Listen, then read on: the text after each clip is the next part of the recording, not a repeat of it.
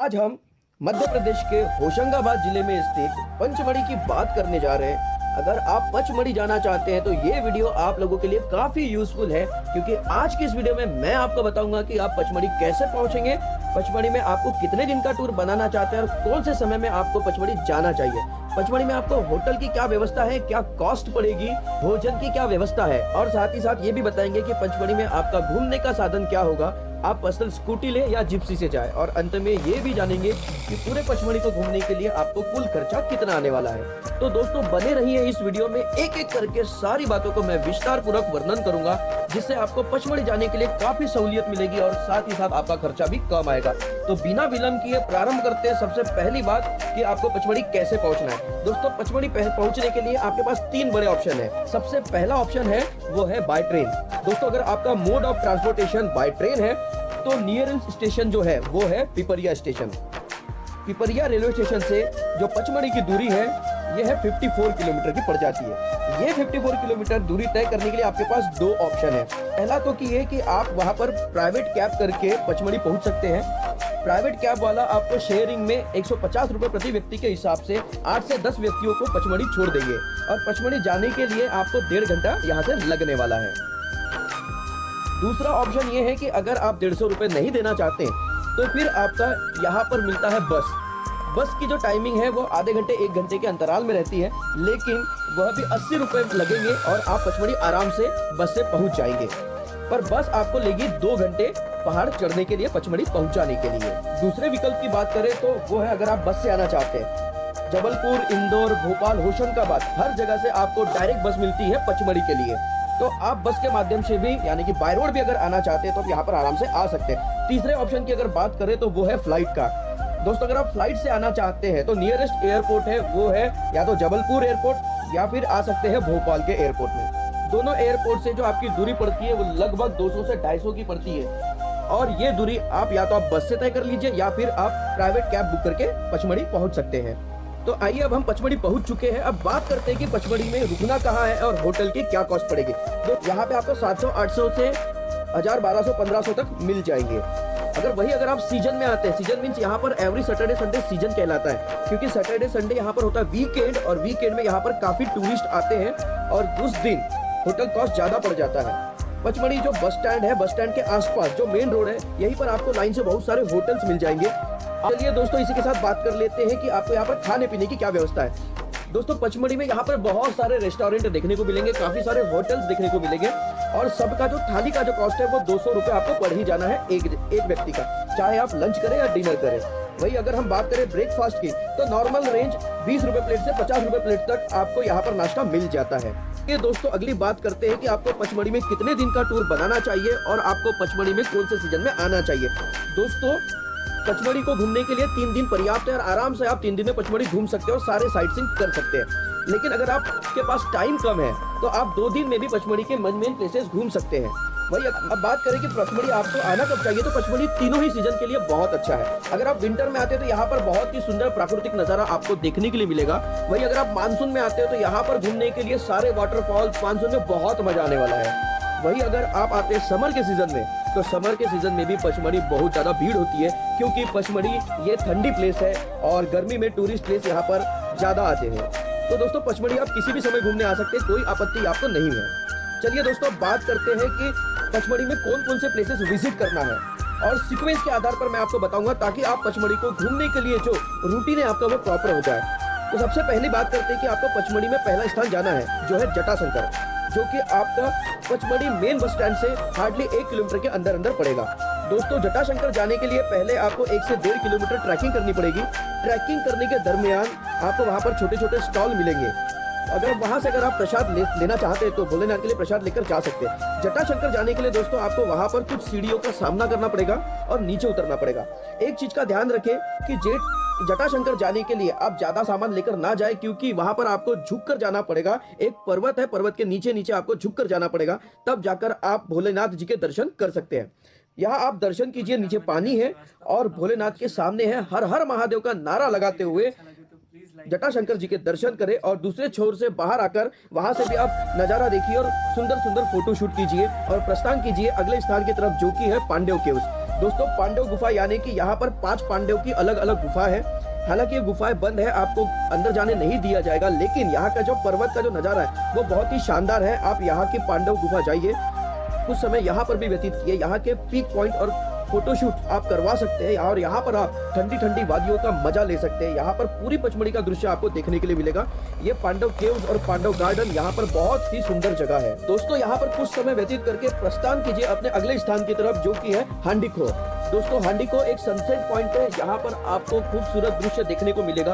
बहुत ही गहरी खाई है और यहाँ से आपको पचमढ़ी के प्राकृतिक नजारे देखने को मिलेंगे। तो आप हांडीखो भी जा सकते हैं, यहाँ से भी आपको दृश्य काफी अच्छे देखने को मिलेंगे। अब बात करते हैं अगले स्थान गुप्त महादेव की। दोस्तों गुप्त महादेव, बड़ा महादेव और चौरागढ़, ये तीनों एक ही रास्ते में पड़ते हैं। तो आप गुप्त महादेव के बाद चौरागढ़ और चौरागढ़ के बाद आप जटाशंकर या फिर आप किसी भी सीक्वेंस को पहले चुन सकते हैं। तो सबसे पहले बात करते हैं हम गुप्त महादेव की। गुप्त महादेव, जब हम चौरागढ़ की ओर बढ़ते हैं तो रास्ते में ही हमें गुप्त महादेव दिखाई देता है। गुप्त महादेव के बाहर बड़ी सी हनुमान जी की मूर्त लगी हुई है और उसी के बाजू से एक छोटी सी सकरी सी गुफा बनी हुई है, जिस गुफा में एक बार में 5 से 6 लोग ही जा सकते हैं और एक बार में एक व्यक्ति एक साथ 2 व्यक्ति नहीं जा सकते। काफी सक्रिय गुफा होती है और इस गुफा के अंदर आपको भगवान शिव का पिंड, शिवलिंग दिखाई देगा। यहाँ पर आप शिवलिंग के दर्शन लेकर गुप्त महादेव से बाहर आ सकते हैं। इसके बाद आप जा सकते हैं बड़ा महादेव। बड़ा महादेव ये भी घूमने के लिए बहुत ही सुंदर जगह है और बड़ी सी चट्टान के अंदर बड़ा महादेव की मूर्ति यहाँ पर रखी हुई है और साथ में पानी भी यहाँ पर है जो चट्टानों से रिश्ता हुआ रहता है। इसके बाद आप अगला प्लेस घूम सकते हैं जो कि है चौरागढ़, जो पचमढ़ी में सबसे ज्यादा फेमस है और पचमढ़ी में सबसे ज्यादा लोग इसी प्लेस में विजिट करने के लिए आते हैं। तो दोस्तों चौरागढ़ में आपको लगभग काफी ऊपर चढ़ना होता है और चौरागढ़ जाने के लिए आपको पूरा दिन लगने वाला है। तो आप जिस दिन चौरागढ़ जाना चाहते हैं, ओके, उस दिन आप जटाशंकर, गुप्त महादेव और चौरागढ़ तीनों चीजें एक ही दिन में कर सकते हैं। चौरागढ़ घूमने में बहुत ही सुंदर जगह है और यहाँ पर आने के बाद आपको पचमढ़ी में की बहुत सुंदर सुंदर वादियां देखने के लिए मिलती है। चौरागढ़ जाते समय बंदरों से सावधान रहें और कुछ भी चीजें अपने हाथों में ना रखें, अदरवाइज वो आपकी चीजें छीन लेंगे। पचमढ़ी में कहीं पर भी बंदर अगर है तो बंदरों से अपनी चीजें बचाएं, वरना वो आपकी बैग, आपका मोबाइल, आपके हाथों से चिप्स के पैकेट वो कभी भी छीन कर ले जा सकते हैं। चौरागढ़ में ऊपर जाने के बाद आपको मंदिर के पास एक होटल मिलेगा, जहाँ पर कॉस्ट काफी ज्यादा होता है, पर आपको वहाँ पर पानी, नाश्ता सबकी सुविधा मिल जाएगी। चौरागढ़ बाबा के दर्शन लेकर आप त्रिशूल के आसपास घूमकर वहाँ की वादियों का मजा ले सकते हैं। इसके बाद आप प्रस्थान कीजिए अगले स्थान की तरफ, जो कि है ग्रीन वैली। दोस्तों ग्रीन वैली एक ये सनसेट पॉइंट है जो कि पचमढ़ी का एक बहुत सुंदर दर्शन होने वाला है। यहाँ से आपको पूरा प्राकृतिक सौंदर्य बहुत ही शानदार रूप से देखने को मिलेगा। तो आप ग्रीन वैली भी कुछ समय के लिए घूम सकते हैं और फोटोशूट के नाम से यहाँ पर बहुत अच्छे फोटो ले सकते हैं। तो दोस्तों ये सारी चीजें घूमिए और डे 1 में आप आकर होटल पे स्टे करिए। अगले सुबह उठिए और डे 2 पे आपको जाना है सारे पर्यटन स्थल। कहने का मतलब ये कि जो मैंने अभी स्थान बताए ये सभी मैंने आपको धार्मिक स्थलों से रिलेटेड मंदिर वाले स्थान बताए। तो दोस्तों डे 2 की शुरुआत करते हैं। डे 2 में आप घूमने जाइए सारे पिकनिक स्पॉट पर। पिकनिक स्पॉट जाने के लिए आपको लेनी होती है परमिशन फॉरेस्ट के अंदर जाने की। बिना परमिशन आप किसी भी पिकनिक स्पॉट में नहीं घूम सकते और ये परमिशन के लिए लगती है टिकट और साथ में लगती है जिप्सी। बिना जिप्सी के भी आप नहीं जा सकते। अगर आप बिना जिप्सी के जाएंगे तो आपको अपनी पर्सनल व्हीकल बाहर खड़ी करके कई जगहों पर, जैसे कि बी फॉल और धूपगढ़ है, यहाँ पर आपको 4 किलोमीटर 6 किलोमीटर पैदल चलना पड़ सकता है, जो कि बीच में घना जंगल पड़ता है और बीच रास्ते में कब क्या चीज आ जाए इसकी कोई गारंटी नहीं है। इसलिए सबसे बेस्ट है आप फॉरेस्ट की पर्ची कटाइए और जिप्सी का चार्ज पे करके जिप्सी हायर कर लीजिए। अगर आप एक व्यक्ति है या 2 व्यक्ति है तो आप शेयरिंग में जिप्सी हायर कीजिए और अगर आप 6-8 लोगों का ग्रुप है तो आप एक जिप्सी में जा सकते हैं। यहाँ पर आपको जिप्सी का किराया और फॉरेस्ट की एंट्री 6 से 8 लोगों की मिलाकर कुल 3200 रुपये लगने वाली है। तो दोस्तों अब ये चीज़ मिलेगी कहाँ से? तो सबसे पहले आपको सुबह जल्दी उठना है और फ्रेश होकर 9 बजे के पहले आपको बाइसन लॉन यानी कि म्यूजियम आ जाना है। यहाँ पर आपको फॉरेस्ट की टिकट मिल जाएगी और साथ में जिप्सी की भी टिकट मिल जाएगी और साथ में आपको वहाँ पर गाइड भी मिल जाएगा। उसी रेट में जो आप जिप्सी और फॉरेस्ट की टिकट लेंगे उसी में आपको गाइड भी इंक्लूड रहेगा। तो आपको जिप्सी मिल जाएगी, आपके साथ एक गाइड रहेगा। आप सुबह जल्दी जिप्सी हायर कर लीजिए ताकि आप ज़्यादा स्पॉट घूम सके या फिर आप स्पॉट पे ज़्यादा समय व्यतीत कर सके। तो सबसे पहले आप म्यूजियम आए हैं तो म्यूजियम घूम लीजिए। क्योंकि उसमें म्यूजियम की टिकट ऑलरेडी कटी हुई होगी। ठीक है, म्यूजियम का चार्ज ऑलरेडी आपसे ले लिया होगा। यहाँ पर घूमने के लिए अलग अलग रूट है दोस्तों, पर सबसे बेस्ट रूट जो है वो रूट नंबर 3 है। तो अगर आप जाते तो मैं रिकमेंडेड करूँगा कि आप रूट नंबर 3 पर जाएं। तो सबसे पहला स्पॉट तो वहाँ का हो गया म्यूजियम, जहाँ से आपने जिप्सी बुक की। उसके बाद आपको लेकर आएंगे पैराग्लाइडिंग में, जहाँ पर आप पैराशूट या पैराग्लाइडिंग कर सकते हैं, बाइक वगैरह चला सकते हैं। काफ़ी सारे एडवेंचर है वहाँ पे, वो सारी चीज़ें आप कर सकते हैं। उसके बाद आप अगले स्पॉट जाएंगे जो कि है रीछगढ़। रीछ यानी होता है भालू। यहाँ पर भालू की बहुत बड़ी गुफा है और ये वो जगह है जहाँ पर अशोका मूवी की शूटिंग की गई थी। ये बहुत ही सुंदर प्लेसेस है, आप यहाँ पर आ सकते हैं। और रीछगढ़ घूमने के बाद फिर आपको ले जाया जाएगा बी फॉल। आप बी फॉल घूमिए। बी फॉल में आप अपना आधा दिन व्यतीत कीजिए और उसके बाद बी फॉल से आप वापस आ जाइए होटल में नाश्ता करने के लिए, क्योंकि जिप्सी वाला बीच में 1 घंटे के लिए छुट्टी लेगा, वो भी खुद खाना खाने जाएगा। तो बीच में 1 घंटे के लिए आपको भी वहीं पर नाश्ता कर लेना है। और उसके बाद सनसेट देखने के लिए निकल जाइए पचमढ़ी की सबसे सुंदर जगह, जिसका नाम है धूपगढ़। ये पचमढ़ी की सबसे ऊंची और सबसे सुंदर जगह है। और यहाँ पे चलते समय जो रास्ते के नज़ारे हैं और जो पहाड़ों की डिज़ाइन है वो नाग के फनों के जैसी दिखाई पड़ती है। और ये बहुत सुंदर जगह है और यहाँ पे आप सनसेट का पूरा मज़ा ले सकते हैं। और सनसेट का पूरा मज़ा वापस लेने के बाद यहाँ पर आपका दूसरा दिन एंड होता है।